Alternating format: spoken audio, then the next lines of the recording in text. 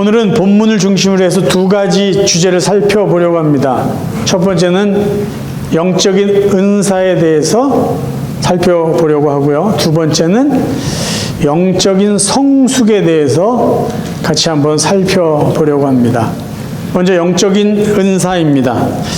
본문에 보면은 하나님께서는 구원받은 성도들에게 은혜로 은사를 주셨다고 말씀합니다.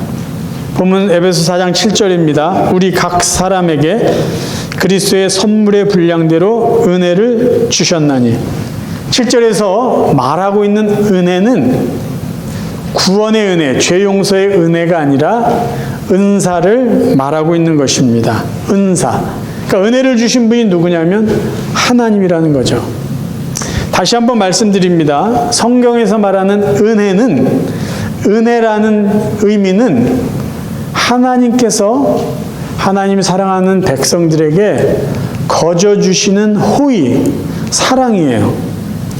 그러니까 이 은혜라는 것은 사람들이 노력해서 아니면 사람들이 하나님 앞에 잘 보여서 얻어내는 것이 아니라 하나님께서 부족함에도 불구하고 사람들에게 거저 주시는 사랑을 은혜라고 말합니다. 그러니까 인간이 죄 용서받고 구원받은 은혜, 이것도 하나님이 거저 주신 것이고요. 오늘 여러분과 같이 살펴볼 은사, 이 은사도 하나님께서 거저 하나님의 백성들에게 주시는 호의, 사랑이에요. 자, 하나님께서는 은혜를 주시는 분이다라는 것을 조금 더 분명하게 해주는 단어가 7절의 분량대로라는 단어입니다. 분량대로. 하나님께서 각 사람에게 그리스도의 선물의 분량대로 은사를 주셨다라고 말해요. 이 분량대로라는 뜻은 뭐냐면은 알맞게 측정된 것에 의해서라는 말이에요. 그러니까 하나님이 사람들에게, 성도들에게 은혜를 주신 것은 어떻게 주셨냐면 하나님이 그 사람을 정확하게 측정한 다음에 그 사람에게 맞는 적합한 것을 주셨다라는 뜻이에요. 고린도전서 12장에는 은사에 대해서 많은 부분을 할애해서 이야기합니다. 고린도전서 12장 11절에 무엇이라고 말하고 있는지 쉬운 말 성경으로 제가 읽어드릴게요. 이 모든 은사들은 한 분이신 동일한 성령에게서 비롯된 일입니다. 진실로 성령께서는 자신이 원하시는 대로 각 사람에게 적합한 은사를 나눠 주십니다. 그러니까 성령 하나님은 성도들에게 그냥 막 아무 은사를 주시는 게 아니라 그 사람의 성향이나 그 사람의 기질에 맞는 것을 잘 측정해서 그 사람에게 가장 적절하고 적합한 은사를 주신다는 거예요. 성령이 그분이 원하는 대로 각 사람에게 적합한 은사를 주시는 거예요. 그래서 은사를 보면은 어떤 은사는 눈에 이렇게 두드러나고 사람들이 이렇게 확인하기 쉬운 은사가 있어요. 그런데 어떤 은사는 사람들에게 잘 띄지 않는 은사들이 있습니다.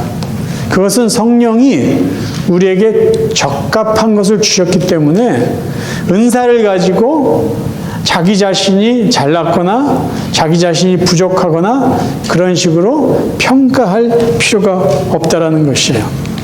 자, 본문을 다시 봅니다. 8절을 보면은요, 조금 이해하기 어려운 문장이 갑자기 등장을 해요. 이 말은 구약성경 시편 68편 18절에 있는 말을 그대로 인용한 것이에요.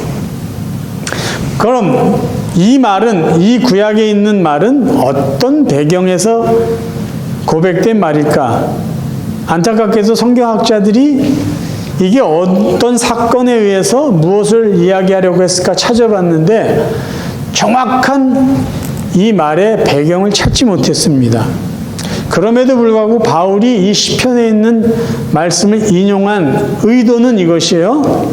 예수 그리스도께서 이 땅에 오셔서 죄인들을 위해서 죽으시고 부활하시고 승천하실 때 이미 그때는 죄의 권세, 사망을 이기시고 사탄의 권세를 다 물리치신 거 아니에요?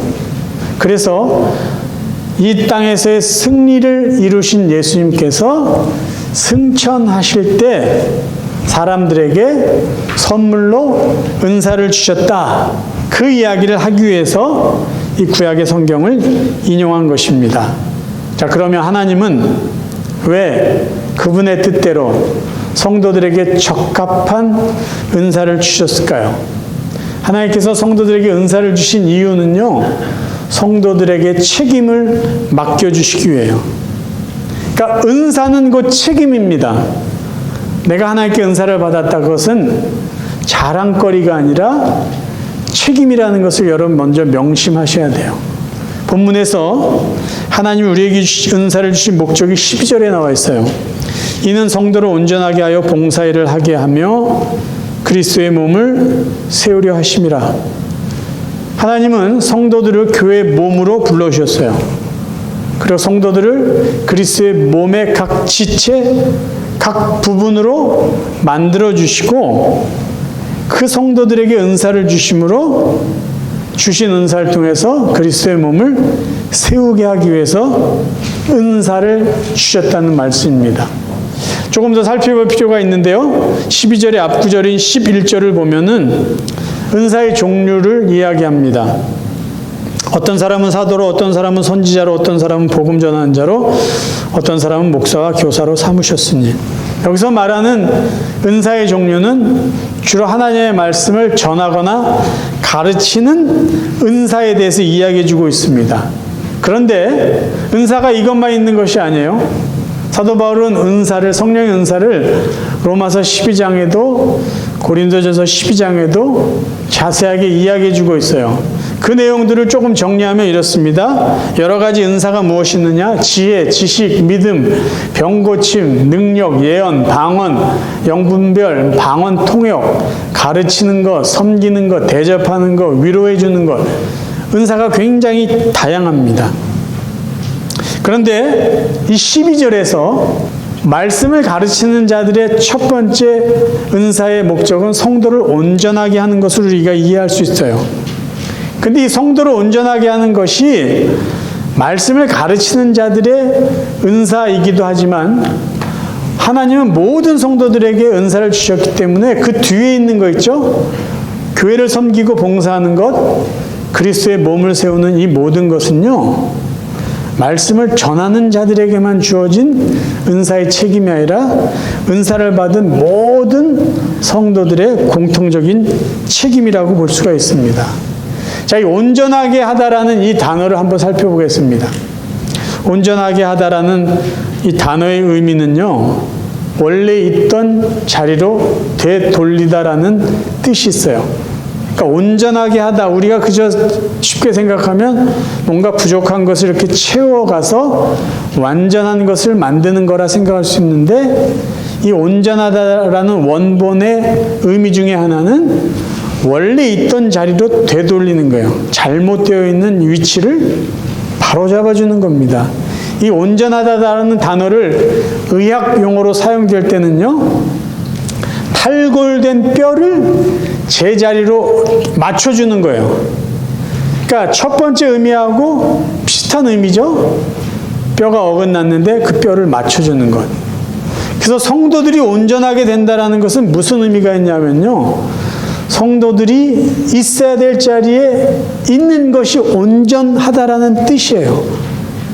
그러니까 그리스도의 교회의 성도들이 내가 있을 자리가 어딘지를 알고 그 자리를 지키면서 신앙생활하는 게 온전한 것이고, 그렇게 신앙생활하는 것이 봉사를 하고 그리스도의 몸을 세우는데 가장 적절한 위치라는 것이에요. 그러니까 여러분, 은사를 모른다, 은사를 알고 있는데 잘못 사용한다, 남용한다라고 했을 때 그 말은 자기 자리가 아닌 남의 자리에 가서 왔다 갔다 하는 그런 모습으로 우리가 생각할 수 있습니다. 자, 그러면 하나님은 우리를 왜 구원해 주셨을까? 구원해 주신 우리에게 왜 은사를 주셨을까? 아주 기본적인 질문을 여러분에게 한번 드려볼게요. 하나님은 왜 우리를 죄에서 구원해 주시고 구원하신 이후에 왜 우리에게 은사를 주셨을까? 하나님은 우리를 이 땅에서 좀 편하게 살고 조금 더 건강하게 살고 오래 살고 그렇게 하시고 은사도 주셨으니까 조금 잘난 척도 하면서 살다가 천국 가게 하시기 위해서 우리를 구원하시고 우리에게 은사를 주신 것일까? 그렇지 않다라는 거죠. 고린도서 12장에서 성령께서 성도들에게 은사를 주신 이유를 이렇게 설명해 주고 있습니다. 성령께서는 교회 전체의 유익을 위해서 우리 각 사람을 통하여 전능하신 하나님의 능력을 나타내 주십니다. 왜 우리를 구원해 주셨을까요? 이 땅 가운데 하나님이 원하신 일을 하게 하기 위해서, 그 일을 좀 더 효과적으로 잘하게 하기 위해서 은사를 주신 거죠. 능력을 주신 거예요. 그리고 궁극적인 목적은 하나님의 교회 공동체의 유익을 위해서 우리에게 은사를 주셨다는 것입니다. 그래서 여러분, 은사가 무엇인지 알아야 되고요. 여러분의 은사를 교회의 유익을 위해서 사용하셔야 합니다. 두 번째 우리가 살펴봐야 되는 건 영적 성숙이에요. 바울은 본문에서 은사에 대해서 이야기를 하면서 계속해서 도전해 주는 건 뭐냐면요, 성도들은 성숙해야 된다는 거예요. 성숙. 그게 13절에 나와 있습니다. 우리가 다 하나님의 아들을 믿는 것과 아는 일에 하나가 되어 온전한 사람을 이루어 그리스도의 장성한 분량이 충만한 데까지 이르리니. 자, 여기서 몇 가지 우리가 살펴봐야 될 것이 있어요. 온전한 사람이라는 것은요, 미숙한 어린 아이가 아니라 성숙한 어른이 되어야 된다라는 의미입니다. 그럼 성숙한 사람이 되기 위해서 필요한 게 뭐냐? 하나님의 아들을 믿는 것과 아는 일에 하나가 되는 거예요. 이 말을 우리가 좀 더 생각해 볼까요? 여러분, 우리의 믿음에는요, 성경의 지식이 더해져야지 믿음이 깊어집니다. 덮어놓고 믿기만 하고 뭘 믿는지도 모르고 그저 믿는 건요, 그 믿음은 공허한 믿음이에요. 그러니까 내가 뭘 믿는지 모르고 믿는다. 그건 자기 확신이죠. 자기 신뢰예요. 자기 신념이에요. 내가 무엇을 믿느냐? 하나님이 나를 위해서 무엇을 하셨나? 예수 그리스도가 나를 위해서 무엇을 하셨나? 믿음의 내용이 정확해야 돼요. 하나님 무엇을 원하시고 무엇을 원하시지 않는지. 그것을 정확하게 알고 있어야 돼요. 그래서 믿음에는 지식이 더해야 되고요. 지식이 더한 믿음이 더 분명한 믿음이 됩니다. 그런데 여기에서요, 제가 이번에 말씀을 준비해서 깨달은 것이 있어요. 그 전에 제가 알고 있었던 4장 13절의 의미를 새롭게 제가 깨달았습니다. 믿는 것과 아는 것이 하나가 되어 온전한 사람을 이룬다라는 것이 저는 개인적으로 적용해야 될 말씀이라고 생각해 왔는데, 말씀을 가만히 묵상해 보니까요, 이것은 개인도 물론이지만 교회 전체 구성원이 적용해야 돼야 되는 말씀이라는 것이죠. 자, 13절 말씀을 한번 보세요. 우리가 다 하나님의 아들을 믿는 것과 아는 일에 하나가 되어라고 되어 있어요.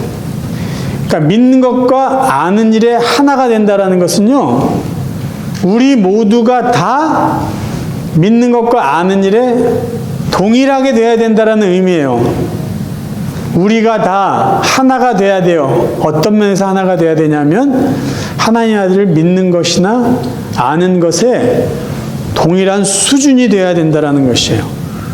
그래서 보세요. 그리스도의 장성한 분량이 충만한 데까지 이르라고 우리에게 어떤 성숙의 수준을 말해주고 있는데, 이 수준이요, 얼마나 부담스러운지 몰라요. 아니, 어떻게 우리가 예수 그리스도의 그 수준에 이르겠냐? 이건 말도 안 된다. 그냥 그걸 목표로 향해서 살아야 된다. 이 정도로 생각했는데, 저는 이 본문을 읽으면서 다시 이렇게 해석하고 적용해야 된다고 이해를 했어요. 뭐냐? 구원받은 성도들은 그리스도의 몸을 이루는 그 전체 지체들이잖아요. 그럼 그리스도의 몸의 머리는 누구라고 그랬죠? 예수 그리스도예요. 자, 그러면 우리가 성숙해야 되는 수준이 그리스도의 장성한 분량이 충만한 데까지라고 되어 있는데, 자, 우리가 교회라는 그리스도의 몸을 세워가기 위해서는 머리인 예수 그리스도의 지시와 명령에 그때마다 적절하게 반응해야 됩니다. 그러니까 그리스도의 장성한 분량이 충만한다라는 이 말은요, 머리인 예수님이 무엇을 원하시는지를 모든 지체가 제각기 그때그때마다 정확하게 깨닫고 반응하는 수준을 말하는 거예요. 몸이 건강한 사람은 어떻게 해요? 머리가 무엇을 원하는지를 알고요, 반사적으로 반응하는 것이요. 자, 이제 밥을 먹어야 될 때가 됐어요. 머리가 저절로 명령을 주죠. 뭐죠? 손을 사용해서, 숟가락을 이용해서 밥을 떠서 입에다 넣으라고 머리가 지시를 내려요. 굉장히 빠른 속도로. 그러면 머리의 그런 명령을 받고 손이 움직여야 돼요. 근데 만약에 이 머리의 지시를 따르지 않는 손이라면 그 몸은 건강한 몸이 아니에요. 자, 우리가 다 하나님을 믿는 것과 아는 것에 다 하나가 돼, 동일한 수준이 된다면 머리인 예수님께서 우리 각 지체에게 명령을 주실 때 그 명령이 무엇인지 각자가 다 아는 거예요. 그러니까 그리스도의 장성한 분량이라는 것은 예수 그리스도의 마음과 뜻을 아는 것이죠. 누가 알아요? 우리가 다 하나가 되어서 그것을 아는 수준이 되어야 된다는 거예요. 그게 바로 교회 성도들이 영적으로 성숙해져야 되는 기준이라는 것이에요. 몇 사람만 알아요. 몇 사람만 성숙해요. 그러면 그 그리스도의 몸을 이루는 교회가 온전한 교회가 될 수 있을까요? 보세요. 본문 14절에서 왜 우리가 성숙해야 되는지를, 그 이유를 이렇게 이야기해 주고 있어요. 이는 우리가 이제부터 어린아이가 되지 아니하여 사람의 속임수와 간사한 유혹에 빠져 온갖 교훈의 풍조에 밀려 요동하지 않게 하려 합니다. 여러분, 우리가 다 하나가 돼서 머리인 예수 그리스도께서 무엇을 원하시지 않는지를 알고 반응을 하면 이 교회는 어떻게 되냐면요, 세상 사람의 속임수에 휘둘리지 않습니다. 저 세상의 논리나 세상의 풍조에 휩쓸리지 않는 거예요. 요동하지 않는 거예요. 교회로서 교회의 역할을 감당할 수 있다는 거예요. 우리가 모두 다 수준이 하나가 되지 못하면 누구는 휘둘리고요, 누구는 세상 것을 따라가기 때문에 이 교회가 온전한 몸으로 세워져 갈 수 없다라는 말씀이에요. 그러니까 중요한 게 뭐냐? 우리가 모두 다 하나가 돼야 돼요. 어떤 면에서 하나가 되냐면 믿음의 수준이 동일해야 된다는 거예요. 주님, 머리인 주님이 무엇을 말씀하시는지 각자가 다 깨달을 수 있는 수준으로 우리 모두가 다 성장해야 된다는 말씀이에요. 그래서 우리는 계속해서 배워야 돼요. 우리는 계속해서 하나님의 말씀을 듣고 그 말씀대로 살아가야 됩니다. 참고로 지금 저는 여러분에게 여러분의 은사가 무엇인지를 확인할 수 있는 방법을 말씀드리겠습니다. 어떤 분들은요, 신앙생활 오래 했는데도 목사님, 저는 은사가 없어요. 어떤 분은 저는 저의 은사가 뭔지 모르겠습니다, 이렇게 말하는 분이 있어요. 만약에 저는 은사가 없습니다 라고 말하는 분은요, 굉장히 조심하셔야 돼요. 왜냐하면 은사가 없다라는 말은요, 나는 구원받지 못한 사람입니다 말하는 것하고 비슷한 뉘앙스가 있어요. 왜? 하나님은 구원받은 백성들에게 은사를 주셨기 때문이에요. 구원받았기 때문에 은사를 주십니다. 왜? 교회를 세워라, 교회를 통해서 하나님 원하시를 하라고 주셨기 때문에 은사가 없다라는 건 구원받지 못한 게 아닌가, 그런 고민과 비슷하다는 거예요. 또 하나, 은사가 없다라는 말은요, 나는 하나님이 원하는 일을 안 하겠다라는 책임을 회피하는 것과 같은 말이 됩니다. 자, 여러분 모두에게 은사가 있어요. 그럼 그 은사가 무엇인지 어떻게 확인할 수 있을까요? 아주 간단하고 쉬운 방법 첫 번째가 뭐냐면요. 여러분이 잘하는 것이 하나님이 여러분이 주신 은사예요. 잘하는 것하고 좋아하는 것은 차이가 있습니다. 내가 노래를 잘한다고 생각하는데 노래를 좋아하는 것하고는 분명한 차이가 있죠.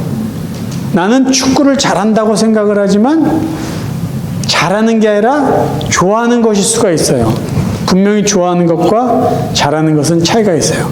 어떤 분은 좋아하는데 잘하는 게 있어요. 그건 정말 행복한 사람이죠.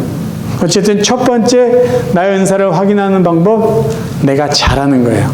두 번째는요, 내가 잘하는 그것을 힘들어하지 않고 할 수 있습니다.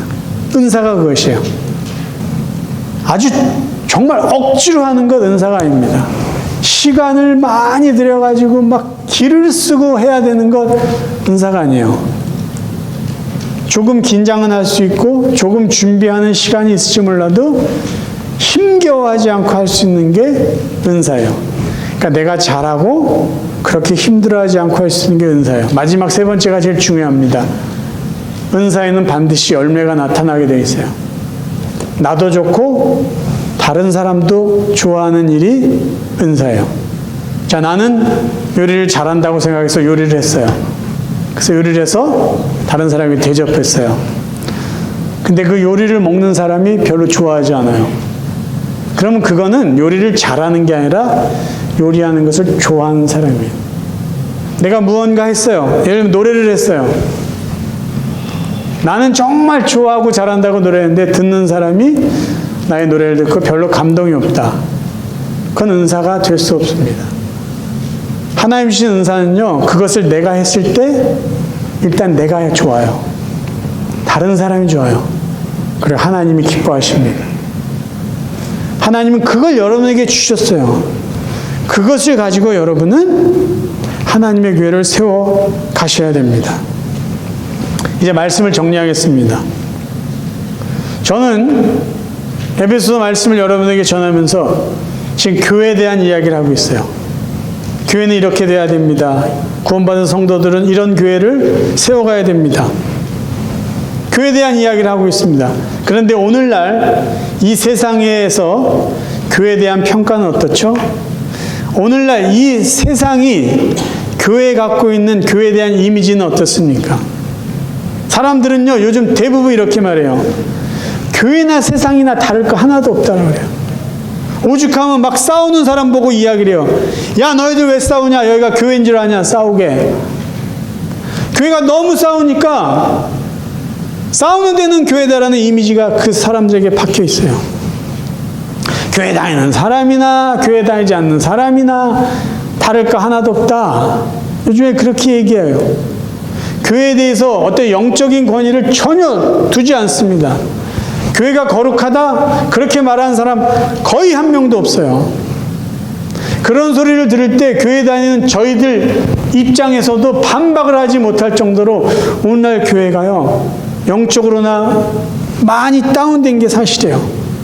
그런데 그럼에도 불구하고요, 이런 시대의 목사로서 저는 여러분에게 건강한 교회에 대해서 이야기를 해야만 되는지 아세요?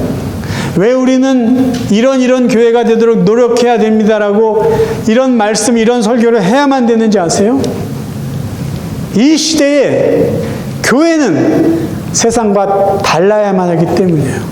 교회만은 하나님이 하나님으로 여겨지는 곳이 되어야 되기 때문이에요. 교회만은 세상의 논리가 아닌 하나님이 기뻐하시는 그 하나님의 방법대로 살아가야 되는 곳이기 때문에 건강한 교회에 대해서 말하지 않을 수가 없다라는 것이에요. 세상은 어떨지 몰라도 이 교회만은 하나님이 주인이 되고 모인 성도들 하나하나가 서로를 섬기고 겸손하고 온유하고 양보하고 사랑을 해야 되는 곳이기 때문에 교회에 대해서 이야기하지 않을 수가 없다라는 거예요. 교회가 세상과 달라야만 이 어둡고 타락한 세상에 교회가 빛이 되고 소망이 되어줄 수 있기 때문이에요. 만약에 우리가 비록 교회에 대해서 평가가 좋지 않을지라도 이런 상태의 교회를 그대로 내버려두고 포기한다면 이 세상에는요, 그 어느 곳에서도 소망을 찾을 수 없습니다.